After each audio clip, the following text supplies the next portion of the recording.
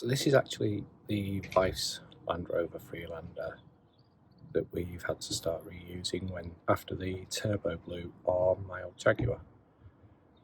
Now the car had stood for a good few years due to not being used. It's a 1998 Land Rover Freelander 1 running the L Series diesel engine. We'll start the engine as to what has been done in order to get it going. Let's see. So the first thing it needed was the starter motor. So a new starter motor was put on there in order to get it to turn over. It had a new battery. The lines for the waste diesel along the injectors, these had all perished. So it's had a new set of lines fitted, just standard 4mm fuel hose. It's had a replacement alternator. The last one went bang quite spectacularly. This was quite a challenge to fit because the lower bolt, which is down there, the lower mounting bolt, had previously been installed the wrong way round. As a result, the bolt wouldn't come out and the alternator wouldn't release. That required disconnecting the power steering pump to move the high pressure hose out of the way. That then gave enough clearance for the bolt to come out, and when the bolt went back in, I made sure it went back in right. It's had new discs and pads on the front. It's also had new shoes, new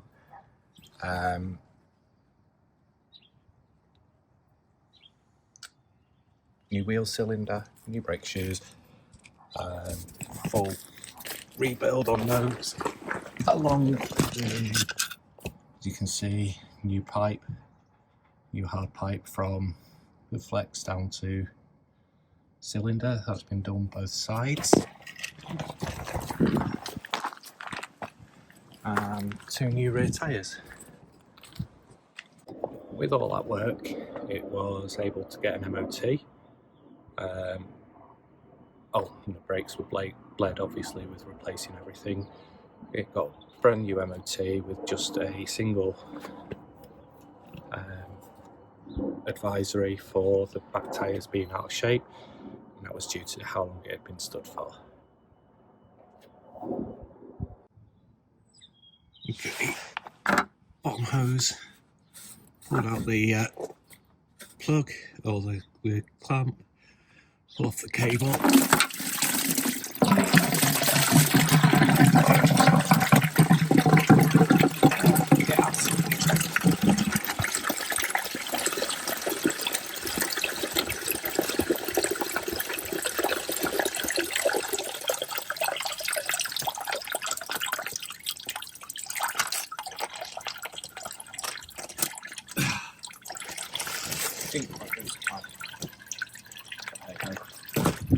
These off.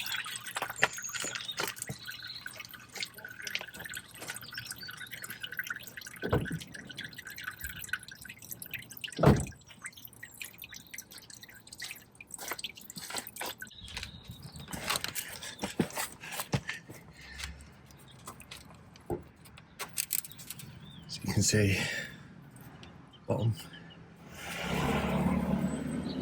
and it's on tight, way too tight, but I don't feel a thermostat in the housing.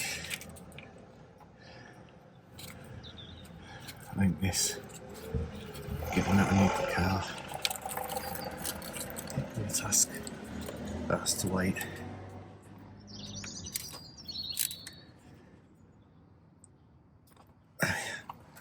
One of them's come undone. Let's see if I can get the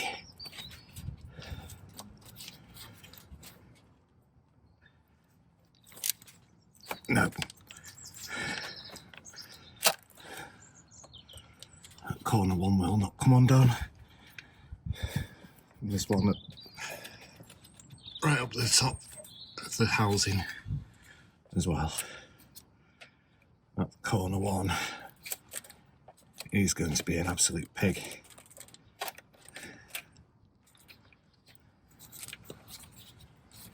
Does it come off?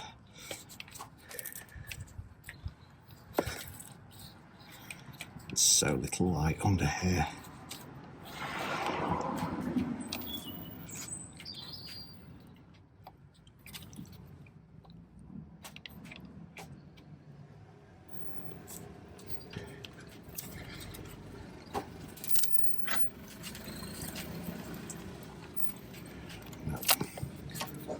That is not shifted. Back to the drawing board. So before filling with coolant, first thing I'm going to do is take the bleed valve out of the heater matrix return, just using a 20p piece. 50p piece also works well, and this should stop air going into the getting locked in the heater matrix. So put them up there for now. I'll put the heater hose back on. I'll deal with the thermostat at a later date. And from there we just fill it up with coolant in there. Wait till it starts dribbling out of there. Put that back in. Continue to fill it. It takes 6.5 litres apparently.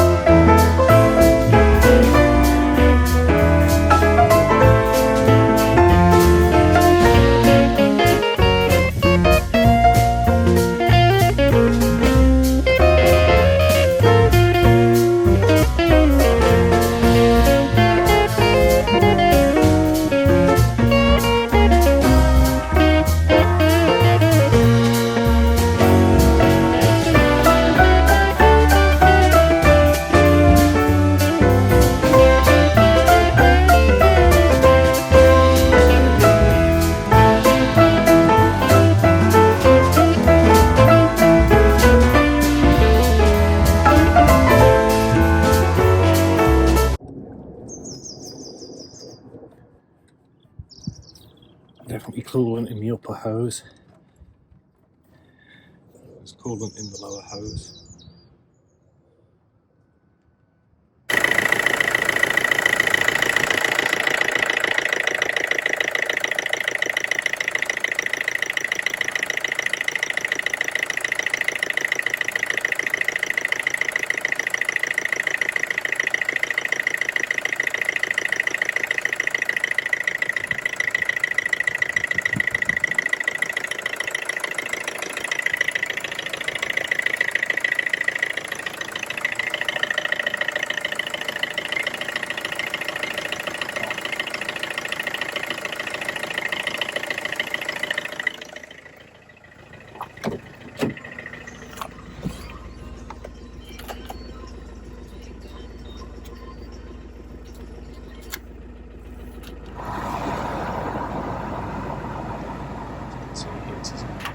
Hot.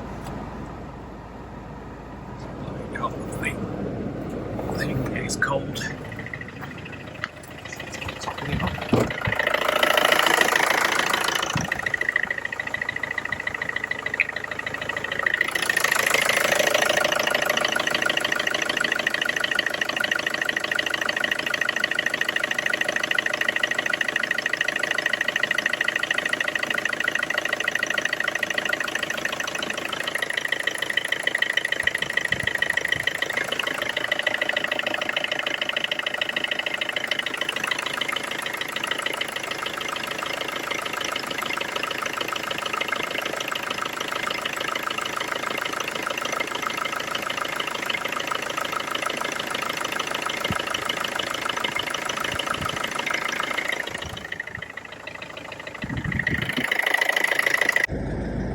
So that's about as warm as this engine's getting in today's weather. So I'm going to turn it off. Fortunately, no heat really coming out of the vents. So still got that to try and work out. The cable does work. I have gone through and checked it because it's moving the flap on the outside, so I'm assuming it's either the flap on the inside isn't actually turning, or there is another fault somewhere. So you can see, yes, it's above max at the moment, but that is in part because the coolant and everything has expanded. I've managed to get more air out of the bleed screw there, so hopefully let it cool down and see if it burps out the air bubbles. Make sure, check the levels again, and then we'll go on from there. Next task to do is air filter. So I'll go and grab the replacement air filter. Placing the air filter is nice and simple on this. There's 3 of these clips. Pull them down, pull this one up, and I think the actual back one is missing. Slide the throttle body off by pushing those off, freeing them up, and then that will just come off like that, allowing, oh, there is a further clip. 4th one is just here.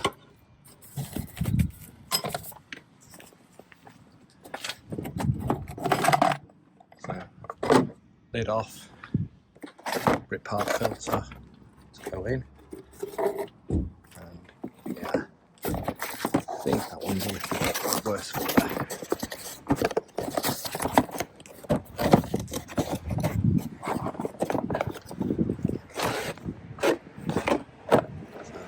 Replacement filter just slides in.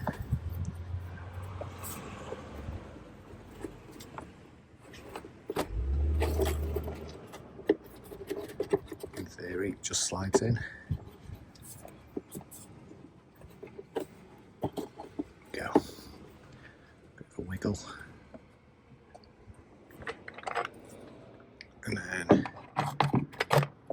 you can put the top of the airbox back on. Bit difficult one-handed. see if I can put this somewhere.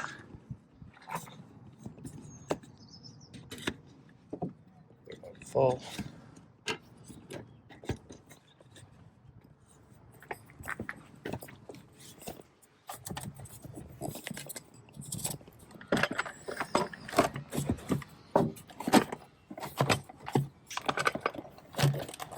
The air intake.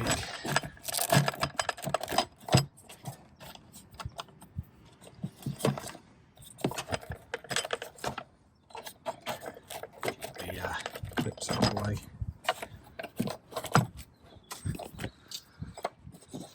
Get it all lined up. There we go. And then just pop clips back on.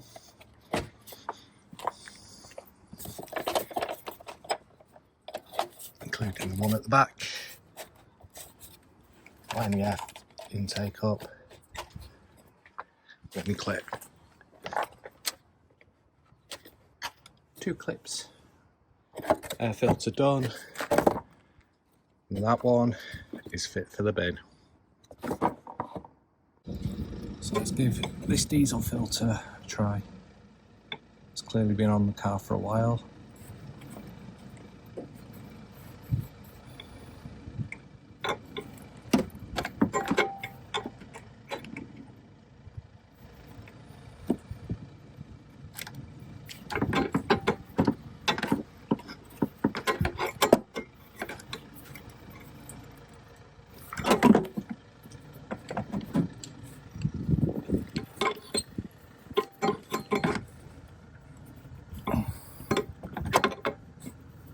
Been on the car a very long time.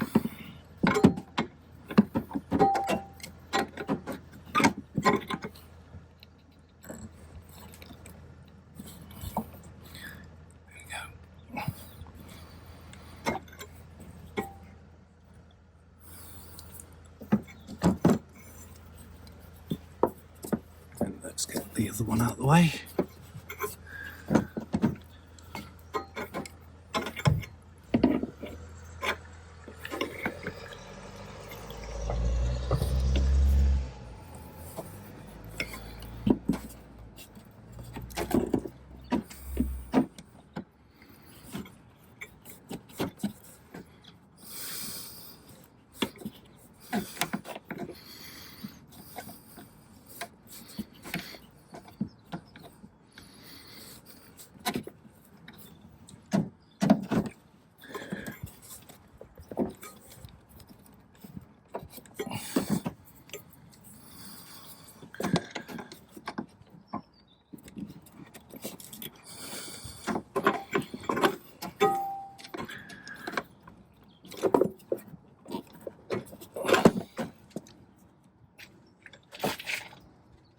Okay.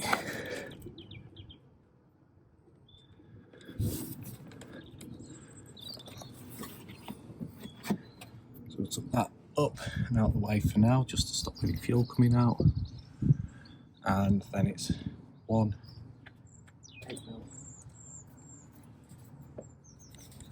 on the side of the pump. Lefty loosey, right tighty.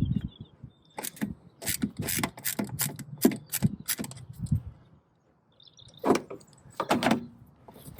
of the way.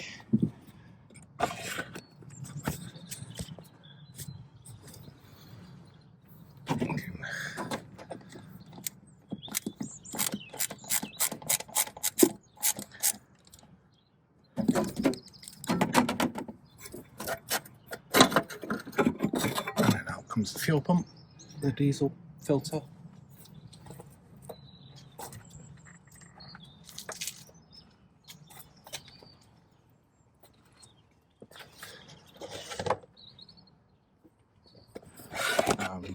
Once again, brick part.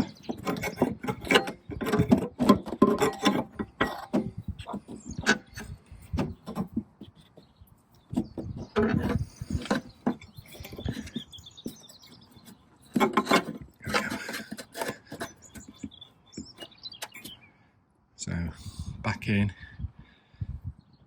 can tighten it back up.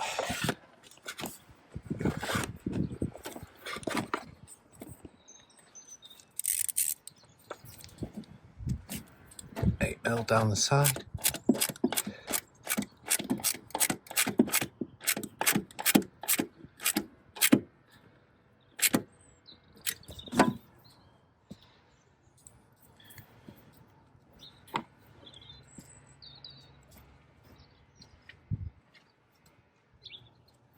And then pop the little plastic casing off.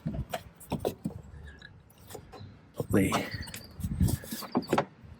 hose back on firmly.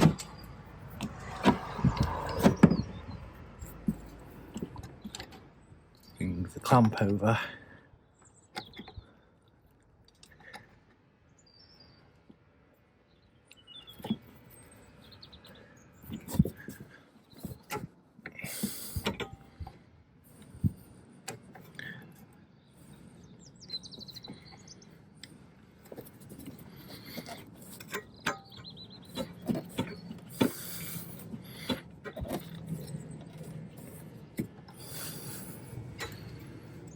There we go. And pipe plastic hose off, plastic cover off. Hose back on. Once again, do the clamp.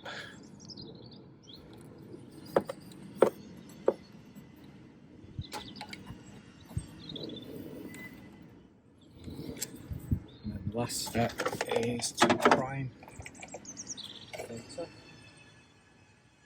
And to do that, we have to undo the little 10mm on the top.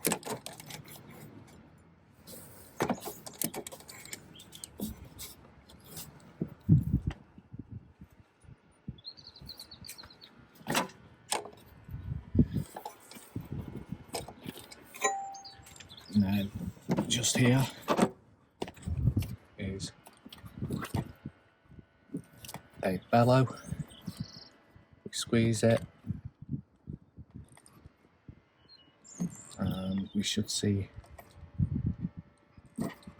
diesel appear from the bleed valve.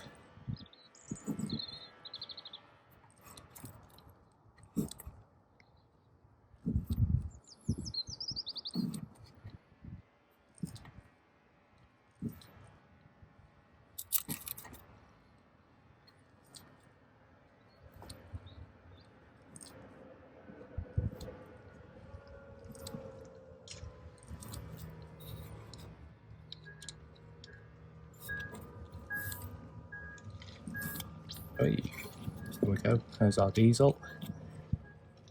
Tighten that back up.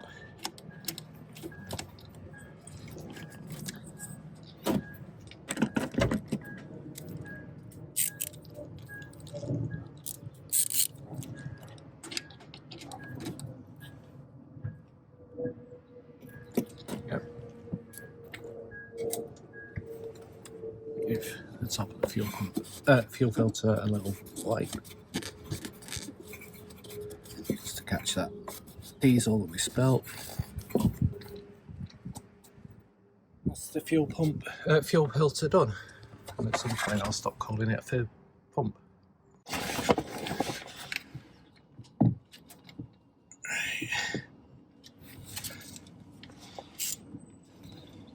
Okay, let's try and get this oil drained.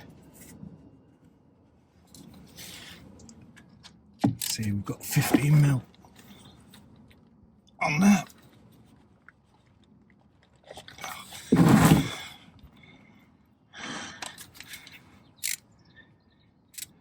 Double check I have got it the right way around.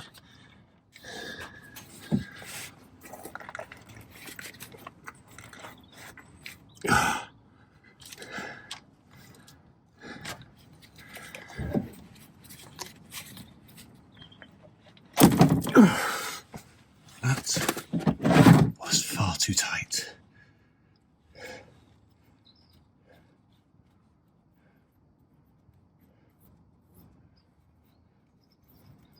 far too tight.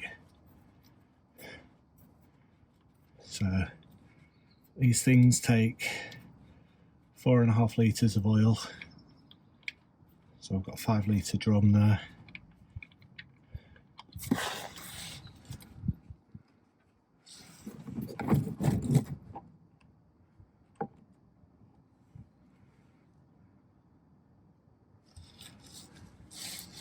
And we will take that crush washer, will go in the bin.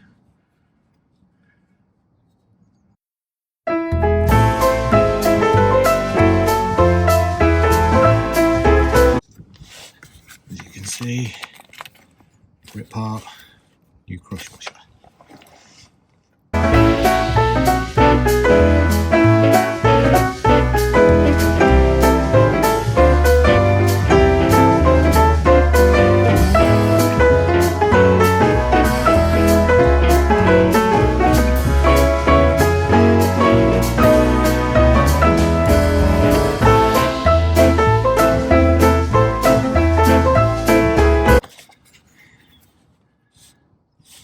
New washer going on.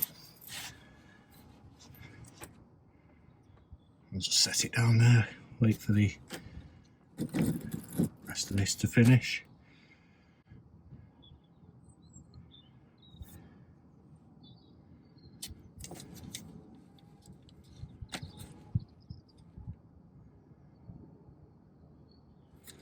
And the oil filter is just Hague.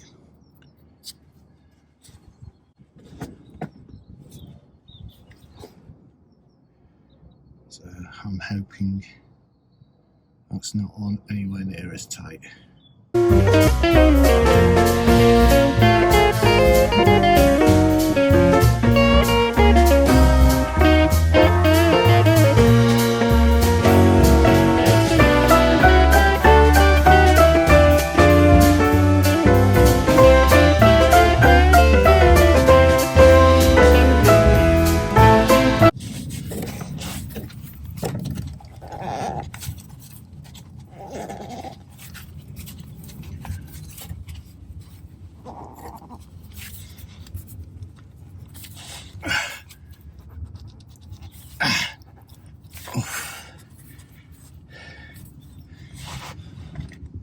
Oil filters come away.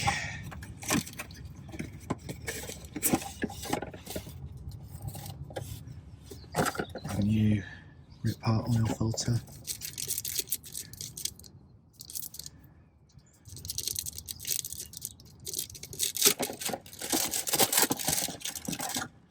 And then what we'll do is we'll just little dab of oil just on this, on the rubber ring, and it just stops it getting too tight.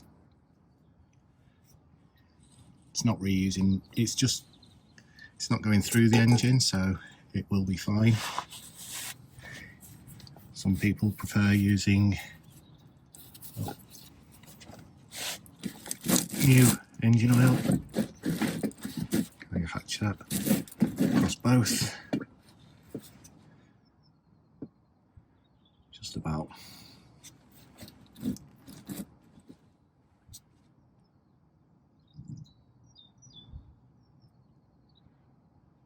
Some people will use new engine oil. It makes no odds. It's not lubricating the engine, it's just stopping that rubber seal from binding up. And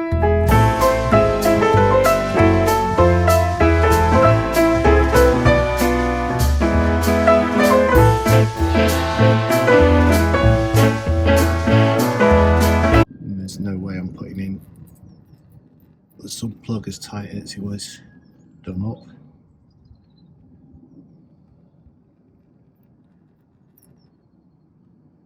Just need to wait for this last little bit to finish.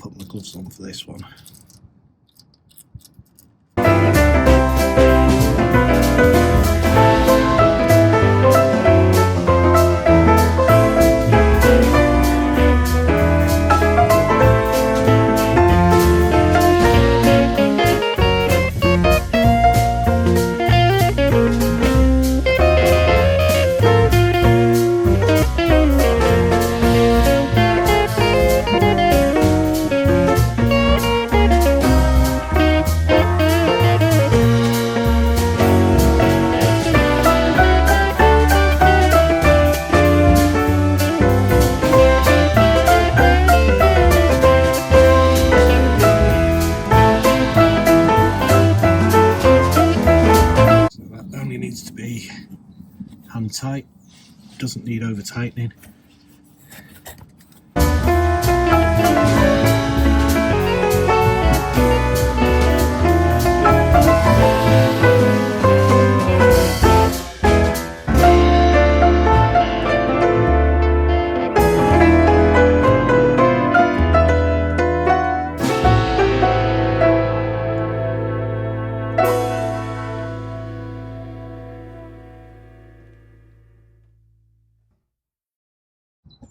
Sump plug only needs doing to 21 foot-pounds of torque, which is not a lot at all.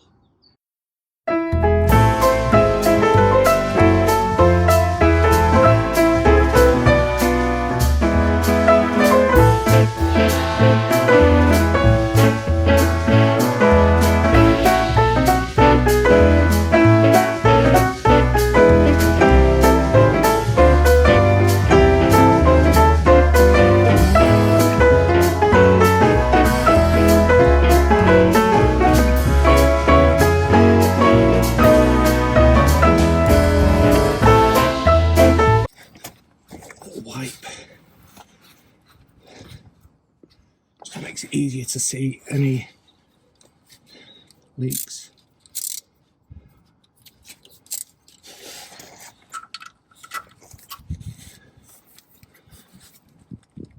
And that's more than enough. The oil filter's done. Sump plug is done. Now all that's left is put 4.5 litres of oil in there, which I don't think I can capture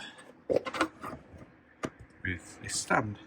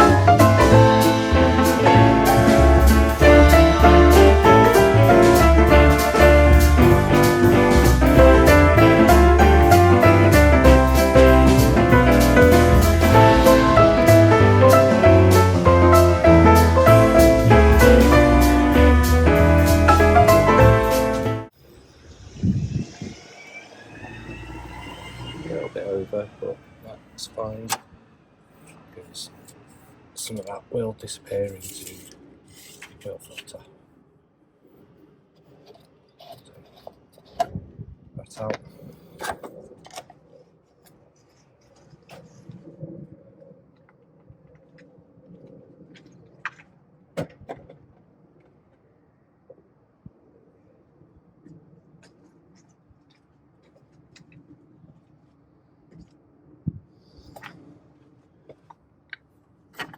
fill the cap back on.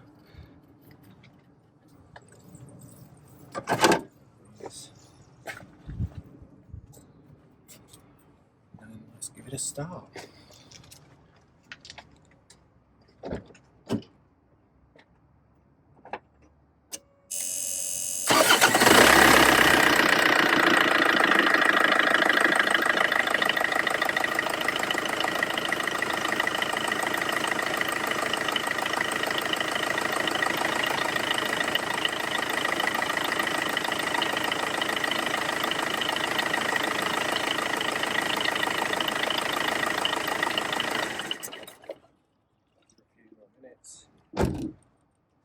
Check the oil level and we're done. After it's stood for a few minutes, check the oil again. Just to be sure that we don't need to do a top up now that the oil filter's full.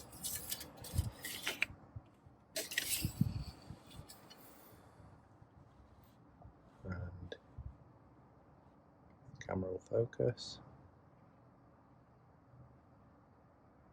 Here you go, you can see it's between middle and top. I will put a tiny bit more in.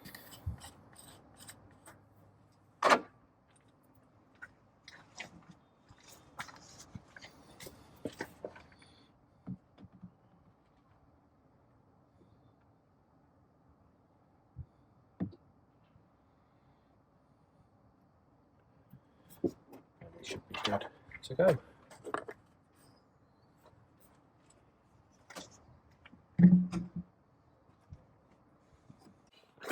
So that's the service done on the Freelander.